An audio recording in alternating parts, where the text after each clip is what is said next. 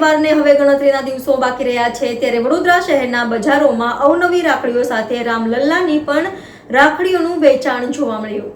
દર વર્ષે શ્રાવણ માસની પૂર્ણિમાના દિવસે રક્ષાબંધન ઉજવવામાં આવે છે। આ દિવસે બહેન ભાઈના કાંડા પર રાખડી બાંધે છે અને તેના સમૃદ્ધ જીવનની કામના કરે છે અને ભાઈ તેની બહેનની રક્ષા કરવાની પ્રતિજ્ઞા લે છે। આ વખતે રક્ષાબંધન 19 ઓગસ્ટ સોમવારે ઉજવવામાં આવશે। આ વખતે રક્ષાબંધન પર ભદ્રનો પડછાયો છે, જેને રાખડી બાંધવાનો યોગ્ય સમય માનવામાં આવતો નથી। પૌરાણિક કથાઓ અનુસાર રક્ષાબંધનની શરૂઆત મહાભારત સાથે જોડાયેલી છે। કહેવાય છે કે મહાભારતના યુદ્ધ દરમિયાન ભગવાન કૃષ્ણની આંગળીમાં સુદર્શન ચક્રથી ઈજા થઈ હતી, જેનાથી લોહી વહી રહ્યું હતું। આ જોઈને દ્રૌપદીએ તેની સાડીનો એક ટુકડો ફાડી નાખ્યો અને લોહી વહેતું બંધ કરવા માટે તેને બાંધી દીધું। ત્યારથી આ કાપડનો ટુકડો પવિત્ર પ્રેમનું પ્રતીક બની ગયો। આ ઘટના પછી ભગવાન કૃષ્ણએ દ્રૌપદીજીને જીવનભર તેની રક્ષા કરવાનું વચન આપ્યું હતું। આ પછી ભગવાન શ્રી કૃષ્ણએ વસ્ત્રાહરણના સમયે દ્રૌપદીની રક્ષા કરીને પોતાનું વચન પૂરું કર્યું।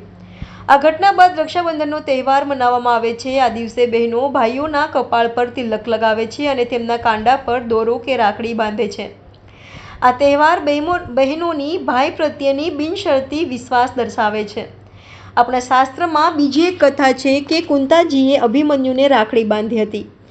આપણે ત્યાં પરંપરા છે કે ફક્ત ભાઈ બહેનને જ નહીં, સંતાનોની રક્ષા માટે માતા પુત્ર કે દાદી પૌત્રને રક્ષા સૂત્ર બાંધી શકે।